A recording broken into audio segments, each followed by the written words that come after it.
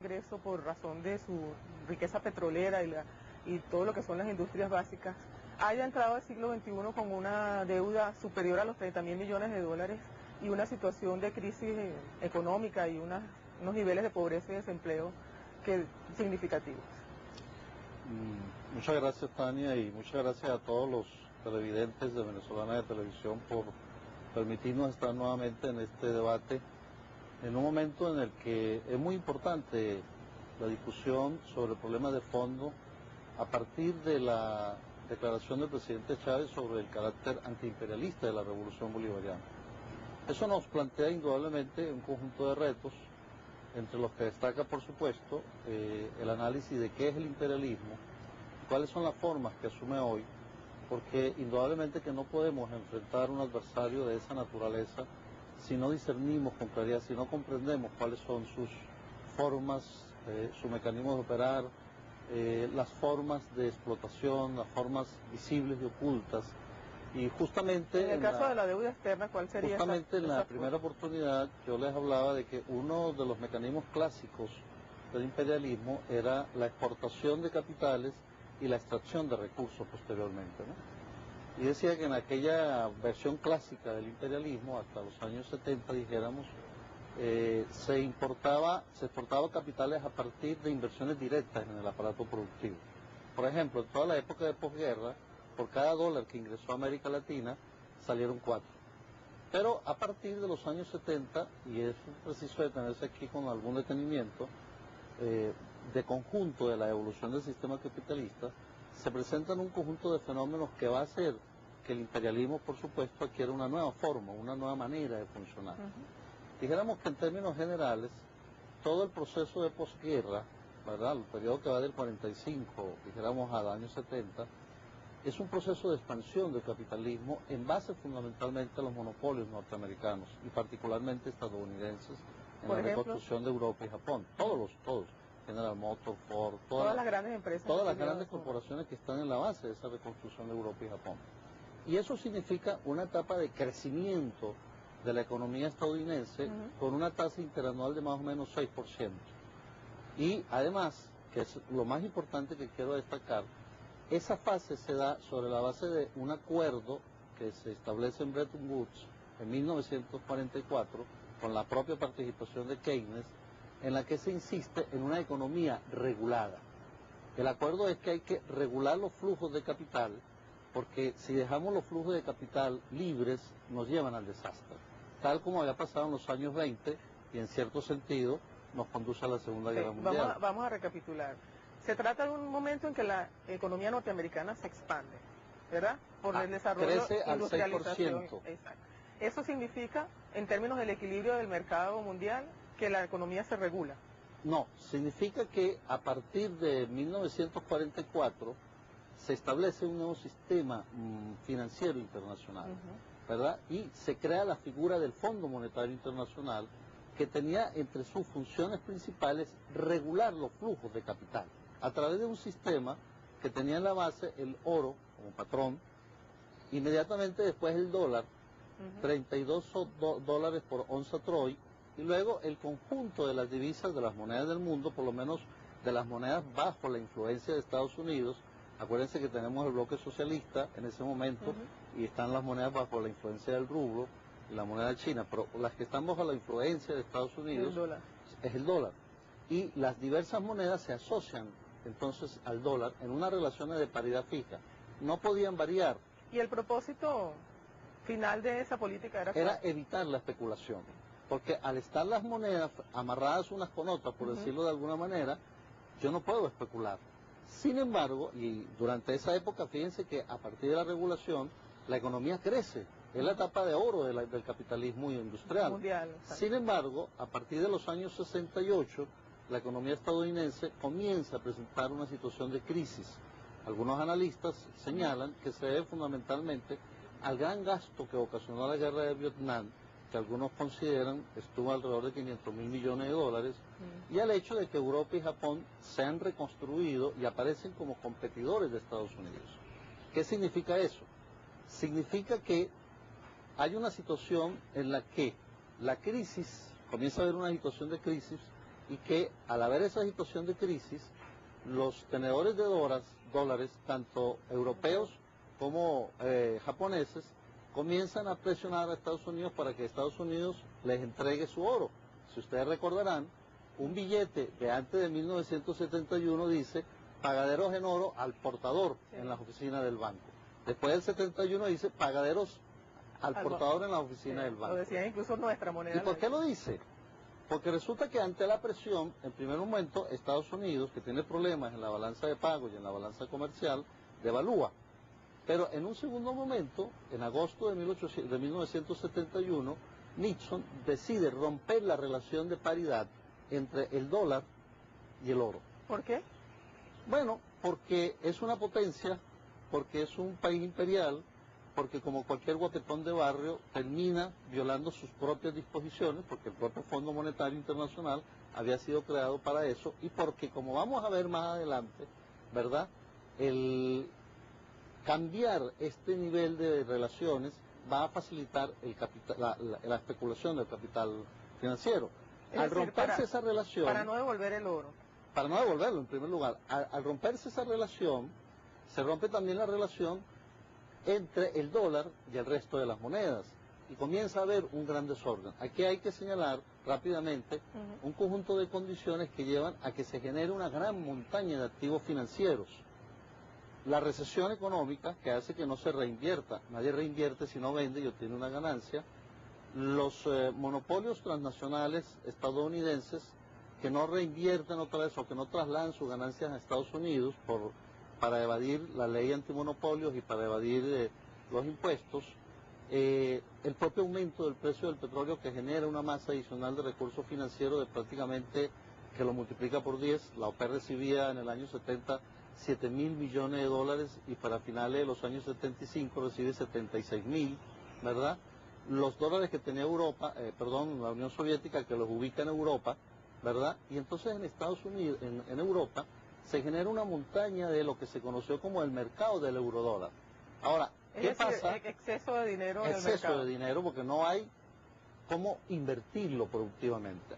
¿Qué pasa con esa montaña de dinero, con los propietarios de esas montañas de dinero, en una condición en que por la regulación no pueden estar circulando y además hay una tasa de inflación que está devaluando constantemente esa montaña de activos financieros? Eso es lo que va a generar, ¿verdad?, que se introduzca el neoliberalismo y se introduzca la globalización, porque como vamos a ver, necesariamente hay que liberar las tasas de interés, hay que liberar las tasas cambiarias que antes estaban reguladas por los acuerdos de Bretton Woods para que el capital financiero pueda especular y para que el capital financiero pueda entonces saquear particularmente la riqueza de los países como América Latina. Esa es la base de la política neoliberal. Esa es la base de la política neoliberal. Bueno, profesor, tenemos que ir a un corte, pero al regreso vamos a ver cómo ese establecimiento de la política neoliberal incide en lo que vino a ser luego el endeudamiento de los países de Latinoamérica, entre ellos Venezuela. Ya volvemos.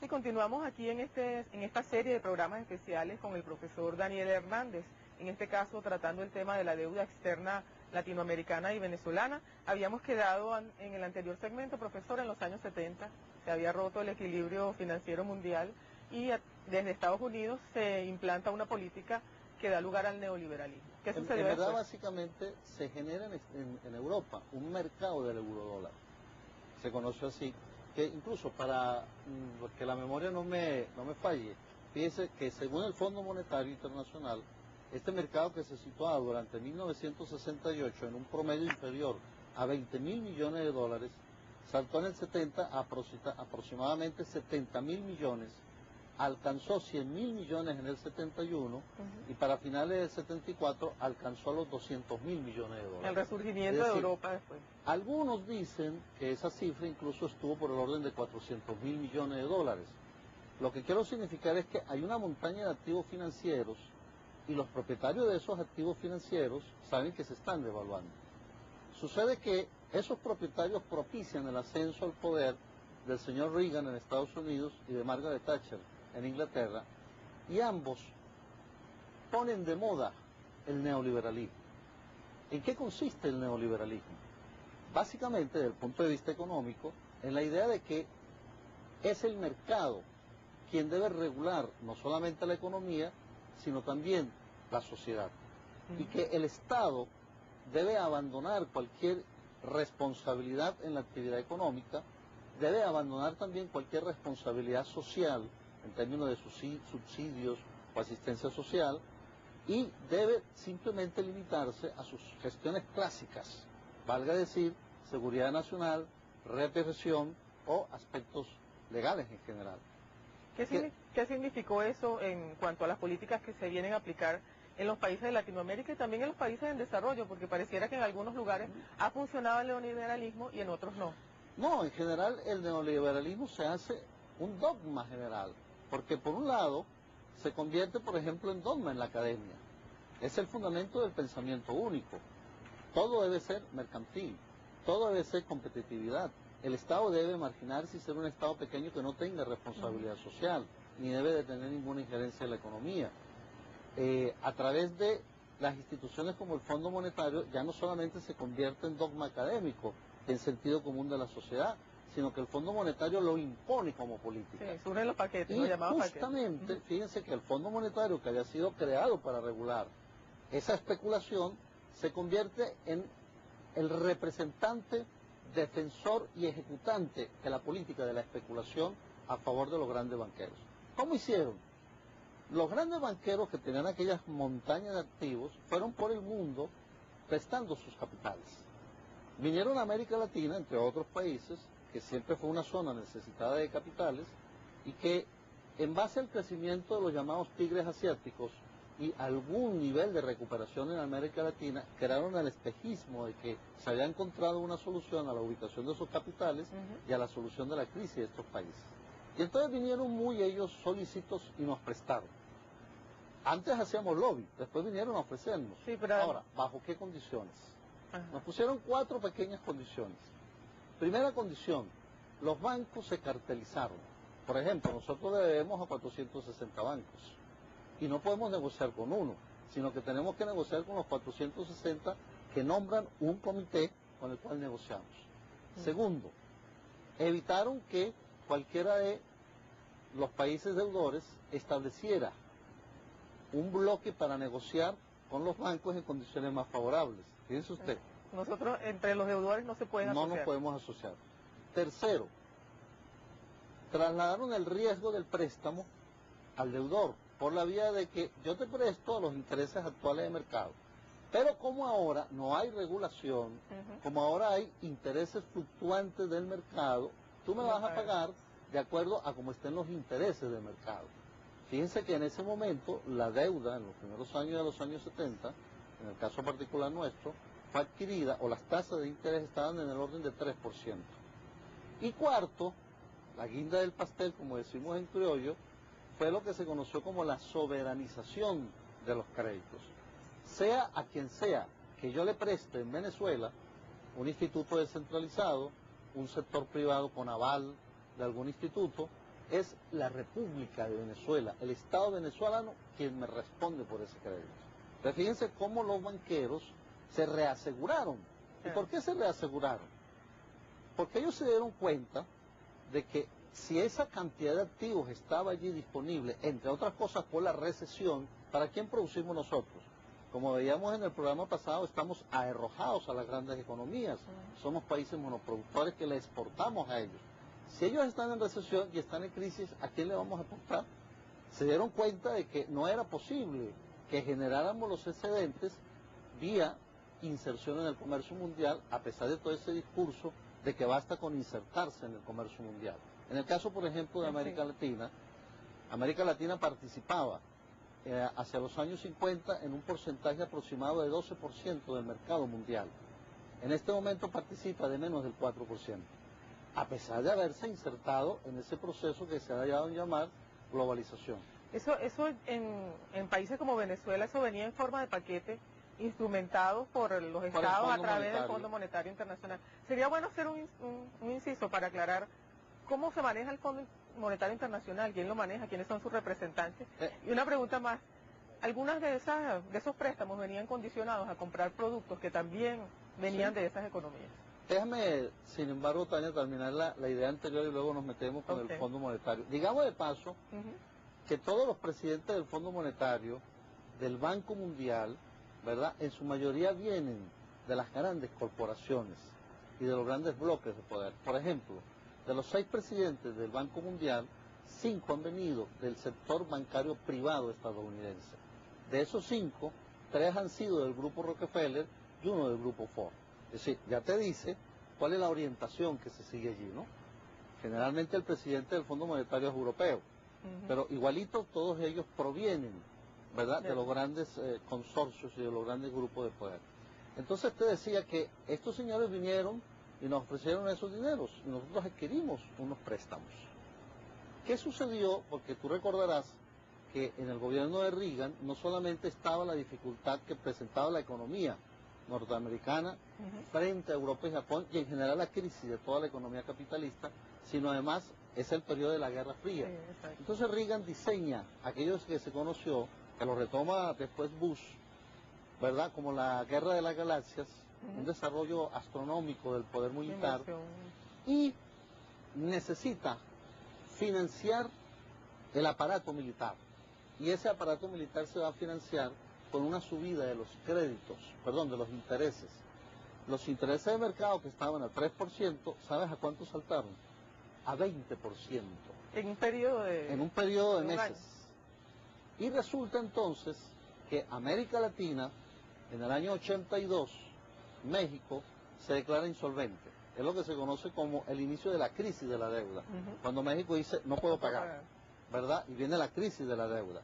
Entre 1982 y 1989, América Latina pagó 250.000 millones de dólares.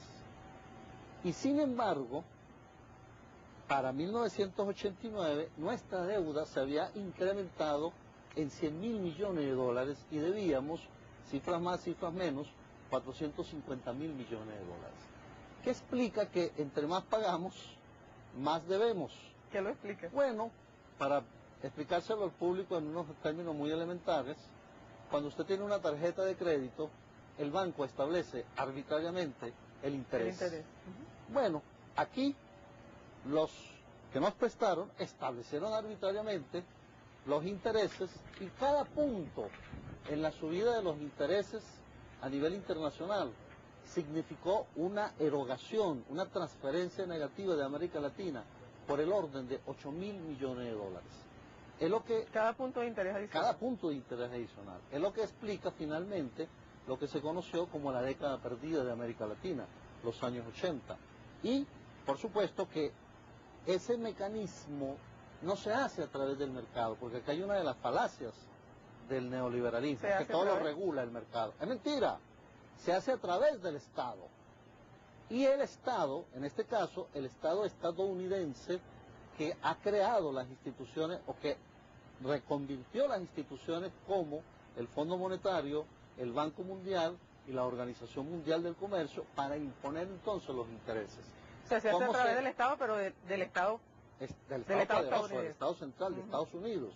Estados Unidos lo hace a través de las instituciones que paradójicamente fueron creadas para regular, para ayudar al desarrollo, para la reconstrucción, que es el subtítulo del Banco Mundial, y a través de la Organización Mundial de Comercio. ¿Y cómo lo hace? Estableciendo lo que tú señalabas justamente, un conjunto de condicionalidades políticas que vulneran severamente no solamente nuestra seguridad, nuestra estabilidad económica, social, cultural, sino toda nuestra soberanía y que nos convierte otra vez en protectorados a la época medieval. Bueno, eso nos lo va a explicar al regreso de este corte. Ya volvemos con el profesor Daniel Hernández.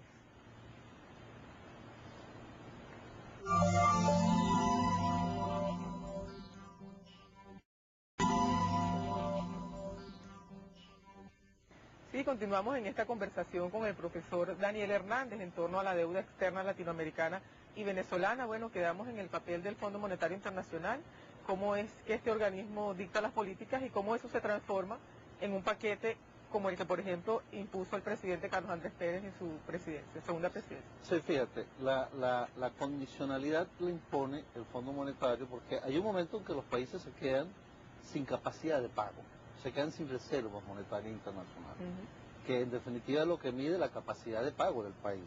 Es el respaldo de la base monetaria, de cuánto dinero circula por allí, pero también es el respaldo de qué podemos pagar. Claro. Entonces, cuando no tenemos cómo pagar, ¿verdad?, tenemos que renegociar con nuestros acreedores. No renegociamos con nuestros acreedores, sino que renegociamos con el Fondo Monetario, que es el representante de esos acreedores, y que nos impone las condiciones. En el caso venezolano, es importante, por ejemplo, señalar que la prioridad desde el primer gobierno de Pérez hasta el segundo gobierno de Caldera, la prioridad siempre ha sido el pago de la deuda externa.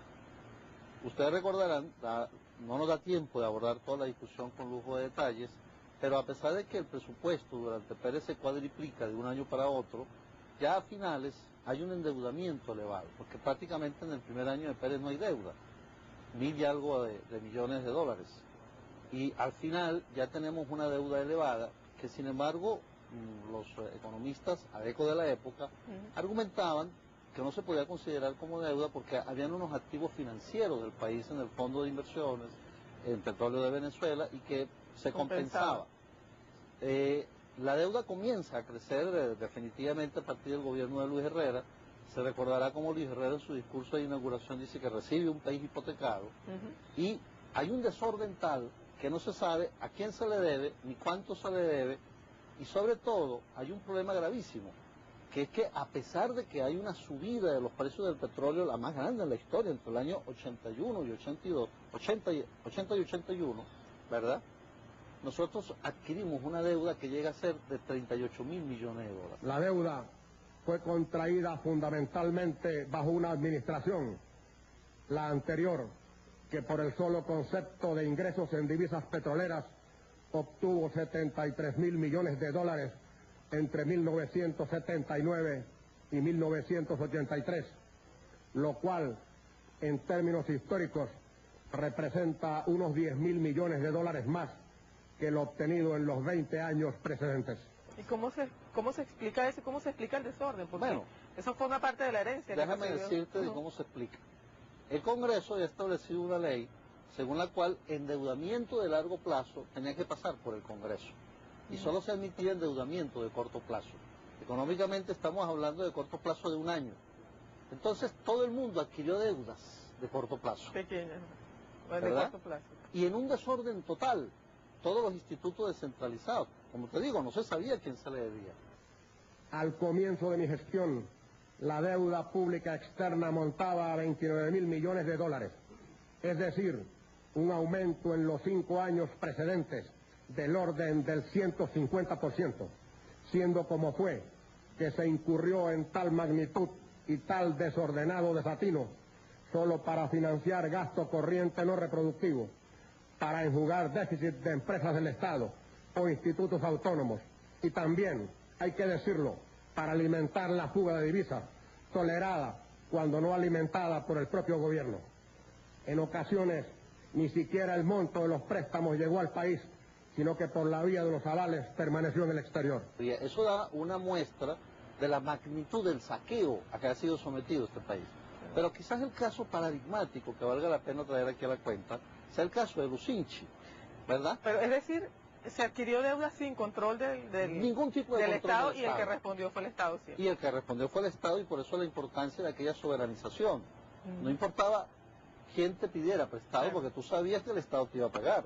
Y aquí había un desorden garrafal que lo que hizo fue trasladar esos dineros a manos privadas. Digo que no nos da tiempo de analizar en detalle cada gobierno, pero analicemos el caso paradigmático de Lucinchi. La mejor renegociación del mundo. La mejor renegociación del mundo. Déjeme decirle que en el momento en que Lucinchi asume el poder en su discurso inaugural, Venezuela pagará, y agrego, hasta el último céntimo, y bien asimilaremos esta lección tan costosa como imborrable que nos condena a algunos años de penitencia. Dice, pagaremos hasta el último centavo, ¿verdad? Y es paradigmático que Venezuela, y quiero leerlo, ¿verdad?, para evitar que la memoria me haga una mala pasada, porque el Fondo Monetario informa en 1986, ¿verdad?, que los pagos de Venezuela nunca fueron interrumpidos ni siquiera en una situación de crisis de caída de los precios del petróleo, y que los pagos hechos por Venezuela fueron el equivalente en el año 86 al 40% de todos los pagos de amortización realizados por los 15 países más endeudados y al 33% de los que efectuaron todos los países en desarrollo. Es decir, nosotros, Venezuela únicamente, pagó el 33% de lo que pagaron todos los países en desarrollo. Para que tú te des una idea y para que el público tenga una imagen del carácter proimperialista de los gobiernos que hemos tenido. Sí, porque hicimos esa amortización, que ese es el término correcto, y al final quedamos debiendo más. Fíjense que Lucinchi paga aproximadamente 26.500 millones de dólares. Y sin embargo, el señor Lucinchi nos dice que ha hecho la mejor negociación del mundo. Obtuvimos términos aceptables y dignos, refinanciando en las mejores condiciones obtenidas hasta ahora por país alguno.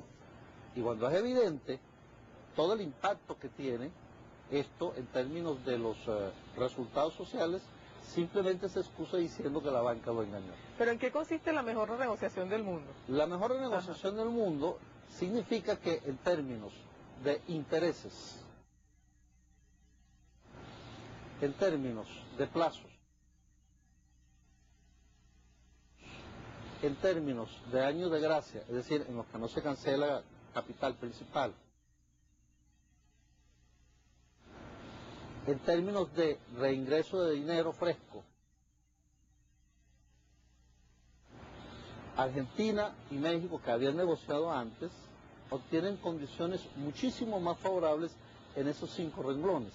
Pero allí está claro cómo la mejor negociación del mundo no fue otra cosa que una entrega brutal de nuestras riquezas que tuvo un enorme costo. Porque fíjense, por ejemplo, que en el año 86 nosotros pagamos por servicio de la deuda el 60,6% del total de nuestras exportaciones petroleras. Una cuestión absolutamente insólita, porque se considera que una deuda que vaya por encima del 10% ya es una deuda onerosa. Una de 20% significa una ruina. Incluso en el argot popular a veces se dice que una deuda por más de 20% es una deuda insoportable. Imagínense que usted dedique el 60% de sus ingresos a pagar una deuda. Pues esto tiene unas consecuencias. Las consecuencias es que, a pesar de que nosotros pagamos esa cantidad de dinero, 26.500 millones de dólares, va asociada a un control de cambio que establece el señor Luis Herrera Campins en febrero de 1983, que en el momento en que se establece ya ha fugado cerca de 20.000 millones de dólares, y algunos estudiosos del problema consideran que por efecto de corrupción en Recadi se fugan aproximadamente 50.000 millones de dólares. Es decir, que entre el año 83 y el año 88, Venezuela transfirió al extranjero casi 100.000 millones de dólares. Entre 15 y 18.000 de fuga de capitales antes del control de cambio, y habría que aclarar además que para que ese control de cambio se fugara de esa manera sucedió lo siguiente: por política oficial del Búfalo, que era como le decían al ministro de Hacienda de la época, y por política del señor Luis Herrera, se centralizó en el Banco Central las reservas que tenía el Fondo de Inversiones, que era algo más de 4.000 millones de dólares. Las reservas que tenía PDVSA, que manejaba sus propias reservas, que era algo más de 3.000 millones de dólares. Las reservas que habían entrado por efecto del incremento del precio petrolero. Además se revalorizó el oro monetario, enviándolo a Londres además, pasando la onza de creo que algo más de 60 a 300 dólares. Y toda esa masa, el gobierno propició la fuga de capitales con la argumentación de que al fugarse, es decir, al usted comprar dólares, se bajaba la base monetaria, se bajaba la presión inflacionaria y teníamos una inflación controlada. Y el informe del Banco Central del año 83, del año 82, nos dice que tenemos un superávit de 215 millones en la balanza de pagos, a pesar de toda esta enorme sangría. Fíjense que esto es muy importante verlo, ¿no? Sí. Y esa situación finalmente es la que va a generar el cuadro en el que el presidente Pérez va a justificar la incorporación, la instrumentación de la política de ajustes macroeconómicos bajo la argumentación de que tenemos 300 millones de reservas. Profesor, vamos a ir a un corte, pero es bueno analizar qué estaba sucediendo en el país, en el resto del país, no entre los que consideraron esta la mejor renegociación del mundo, qué estaba sucediendo en el país en términos de situación económica, en términos de incremento de la pobreza y qué llevó a la explosión social del 27 de febrero. Ya regresamos.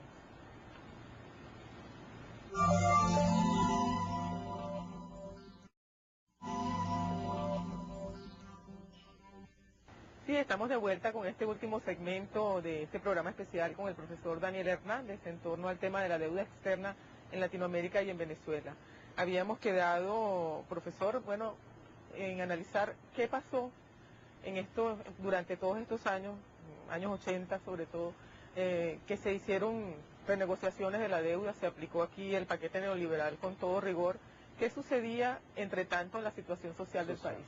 ¿Qué significó y qué llevó a la explosión social del 27 de febrero de 1989? Sí, justamente yo creo que hay un indicador que es muy importante de contrastar, es que entre 1976 y 1990, y 1980, perdón, el nivel de ingresos petroleros es sumamente elevado, y hasta 1990 se calcula que el ingreso entre ingresos ordinarios y extraordinarios está por un orden superior a 400.000 millones de dólares. Si consideramos esas cifras en abstracto no nos dicen nada, pero como se ha señalado por allí, es el costo de 40 planes Marshall, la reconstrucción de Europa y Japón, o 20 viajes a la Luna, es decir, una inmensa cantidad de recursos. Si consideramos esos ingresos hasta el año 98, muy seguramente se duplicarían, ¿verdad?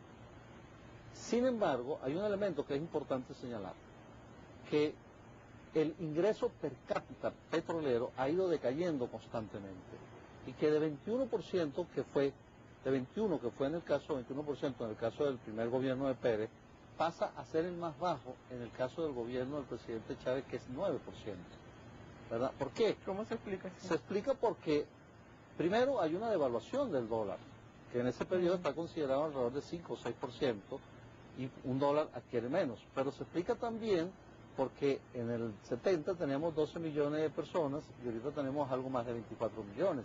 Entonces el ingreso va cayendo mientras que la población se va multiplicando. Esto va generando entonces un ingreso que, aunque nominalmente sea mayor, realmente es menor. ¿Y por qué? Hay un aparato productivo absolutamente destruido, que ha tocado reconstruir, y que no se reconstruye en 5 años, sino que son periodos de largo plazo. No se puede reconstruir en un corto periodo con todo el sabotaje que ha habido, lo que costó 40 años destruir. Pero el problema central, quizás el indicador más exacto de todo eso, es que a pesar de esa enorme masa monetaria que ingresa, a pesar de la riqueza petrolera, de la riqueza minera en hierro, aluminio, hidroelectricidad, tierras feraces, fuerza de trabajo joven, activa, a pesar del apoyo político, porque estos fueron gobiernos que hasta el año 89 tuvieron un enorme apoyo social. ADE y COPEI siempre capitalizaron más del 85% de la votación. A pesar de eso, fracasaron estruendosamente en todo el ámbito. Y hay un indicador que es muy claro.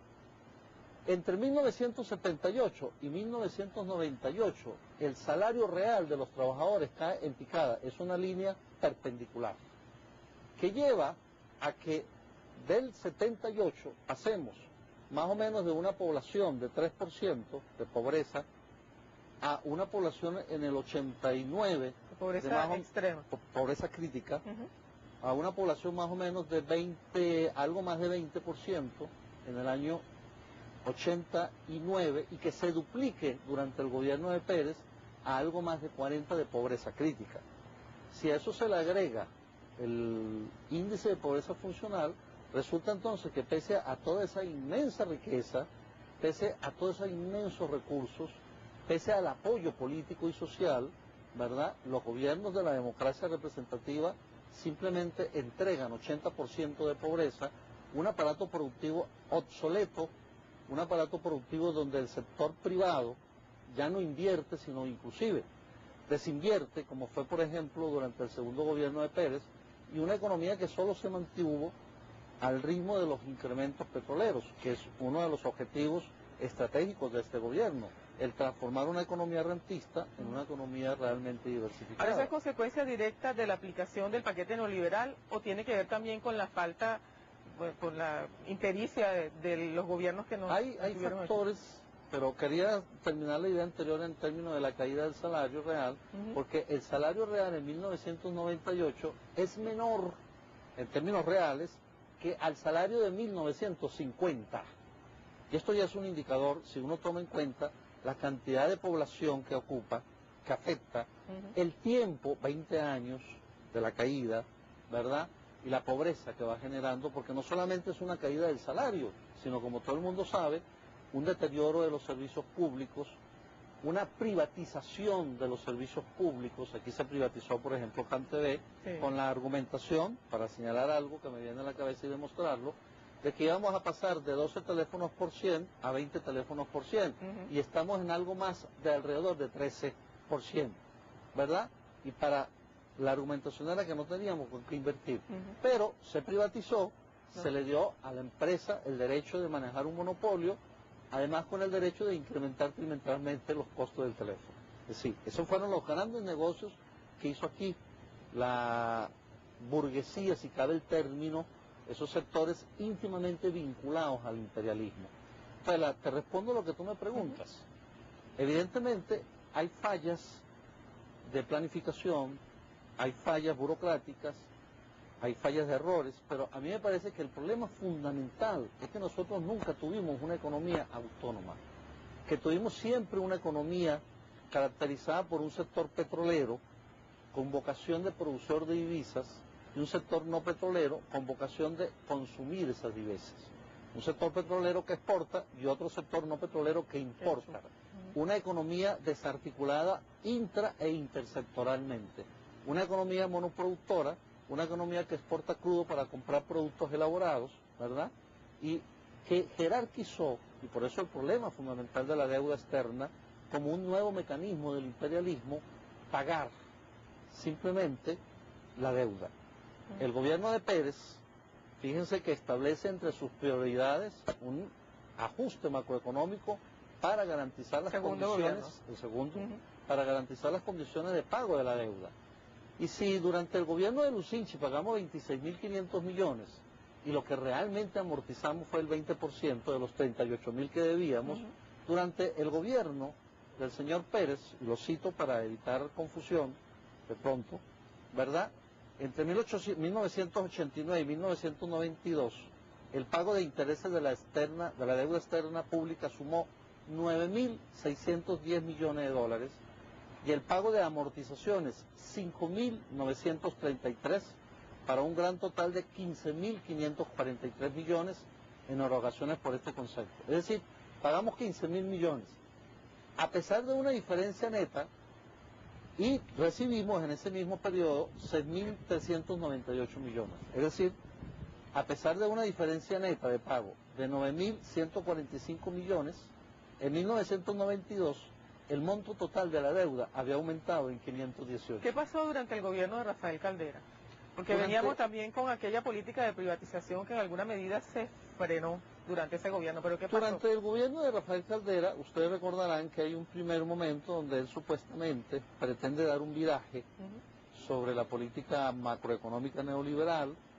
Hay en los 2 primeros años una suerte de política en el limbo, porque no es ni neoliberal ni antineoliberal, pero finalmente el presidente Caldera le da continuidad a toda la política de ajuste que ya había establecido el presidente Pérez, más o menos en los mismos términos, solo que con un agravante, con el agravante de que durante su gobierno sucede el más grande desfalco de los banqueros.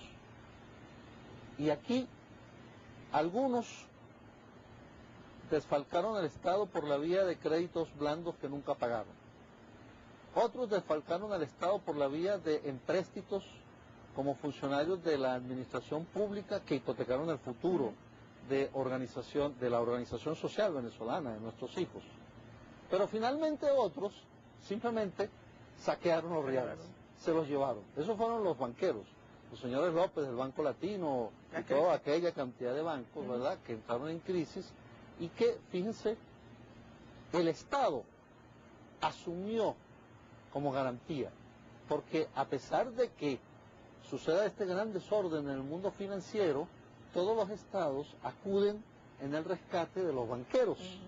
Sí. Todos acuden a rescatar a aquellos señores que han desfalcado. Bueno, en el caso del gobierno de Caldera, ¿verdad?, el monto que se estima que perdimos por efecto de la quiebra bancaria, eufemísticamente, como se le dice, al asalto de los banqueros, nos costó entre 8 y 10 mil millones de dólares, que fue un factor decisivo del déficit fiscal, de la devaluación y de la situación de catástrofe social, económica, política, cultural de este país, porque para 1900, para el último año del gobierno de Caldera, este era un país que había perdido totalmente la perspectiva histórica como sociedad, como país, como familia, como individuo, y afortunadamente, ¿verdad?, hemos iniciado ese proceso de reconstrucción que tuvo una primera bocanada de aire fresco el 4 de febrero, que tuvo una segunda en el intento del 27 de febrero, resumiendo ya, ¿verdad?, una cantidad de luchas históricas y que finalmente,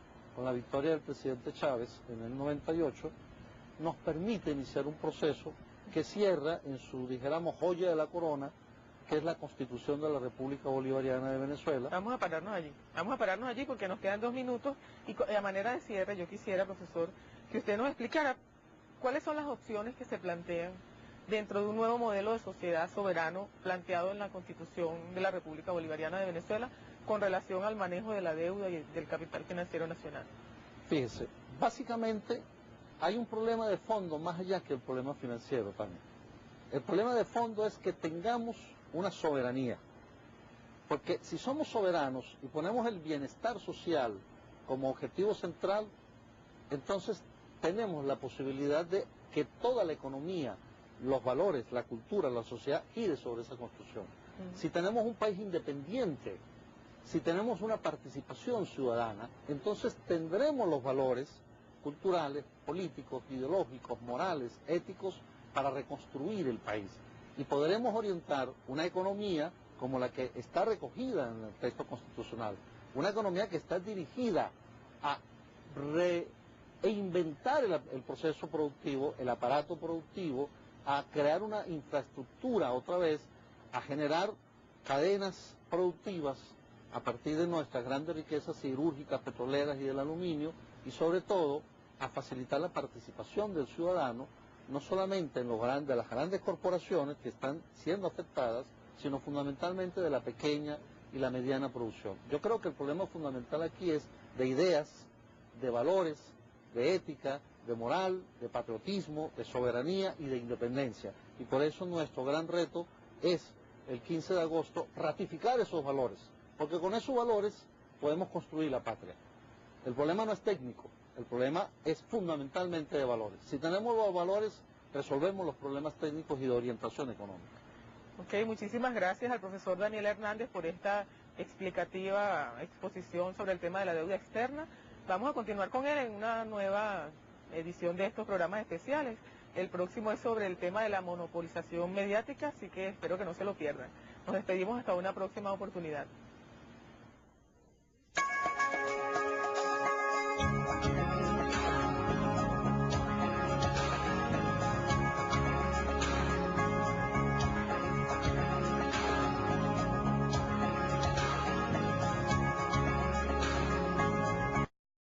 Fundamentalmente al gran gasto que ocasionó la guerra de Vietnam, que algunos consideran estuvo alrededor de 500.000 millones de dólares, y al hecho de que Europa y Japón se han reconstruido y aparecen como competidores de Estados Unidos. ¿Qué significa eso? Significa que hay una situación en la que la crisis, comienza a haber una situación de crisis, y que al haber esa situación de crisis, los tenedores de dólares, tanto europeos como japoneses, comienzan a presionar a Estados Unidos para que Estados Unidos les entregue su oro. Si ustedes recordarán, un billete de antes de 1971 dice pagaderos en oro al portador en las oficinas del banco. Después del 71 dice pagaderos al portador en la oficina del banco. Lo decía incluso nuestra moneda. ¿Y por qué lo dice? Porque resulta que ante la presión, en primer momento, Estados Unidos, que tiene problemas en la balanza de pago y en la balanza comercial, devalúa. Pero en un segundo momento, en agosto de 1971, Nixon decide romper la relación de paridad entre el dólar, que tenía entre sus funciones principales regular los flujos de capital, a través de un sistema que tenía en la base el oro como patrón, inmediatamente después el dólar, 32 dólares por onza troy, y luego el conjunto de las divisas de las monedas del mundo, por lo menos de las monedas bajo la influencia de Estados Unidos. Acuérdense que tenemos el bloque socialista en ese momento, y están las monedas bajo la influencia del rublo y la moneda china, pero las que están bajo la influencia de Estados Unidos es el dólar. Y las diversas monedas se asocian entonces al dólar en unas relaciones de paridad fija. No podían variar. ¿Y el propósito final de esa política era evitar la especulación? Porque al estar las monedas amarradas unas con otras, por decirlo de alguna manera, yo no puedo especular. Sin embargo, y durante esa época, fíjense que a partir de la regulación, la economía crece. Es la etapa de oro del capitalismo industrial. Mundial. Sin embargo, a partir de los años 68, la economía estadounidense comienza a presentar una situación de crisis. Algunos analistas señalan que se deben a grandes corporaciones que están en la base de esa reconstrucción de Europa y Japón. Y eso significa una etapa de crecimiento de la economía estadounidense con una tasa interanual de más o menos 6%. Y además, que es lo más importante que quiero destacar, esa fase se da sobre la base de un acuerdo que se establece en Bretton Woods en 1944 con la propia participación de Keynes, en la que se insiste en una economía regulada.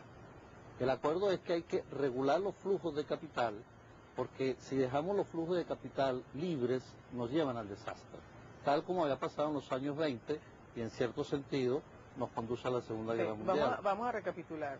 Se trata de un momento en que la economía norteamericana se expande, ¿verdad? Por el desarrollo, crece al industrialización. 6%. Exacto.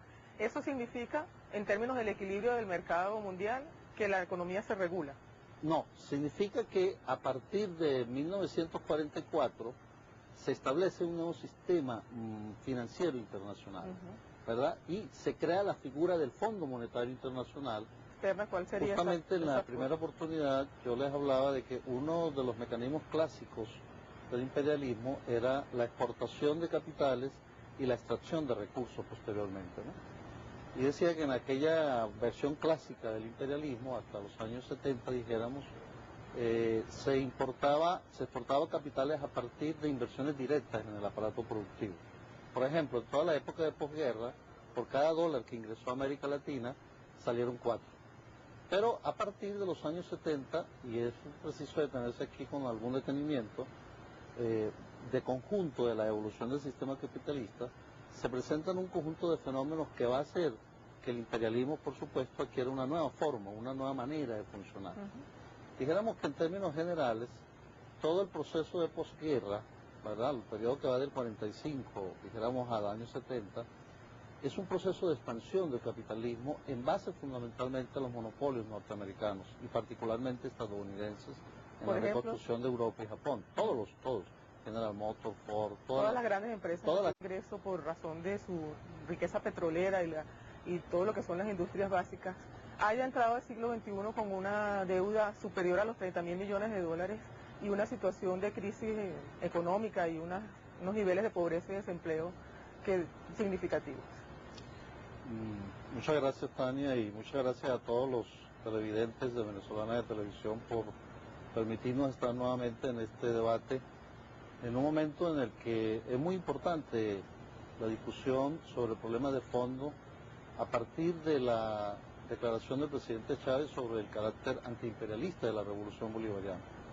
Eso nos plantea indudablemente un conjunto de retos, entre los que destaca, por supuesto, el análisis de qué es el imperialismo, cuáles son las formas que asume hoy, porque indudablemente que no podemos enfrentar un adversario de esa naturaleza si no discernimos con claridad, si no comprendemos cuáles son sus formas, sus mecanismos de operar, las formas de explotación, las formas visibles y ocultas.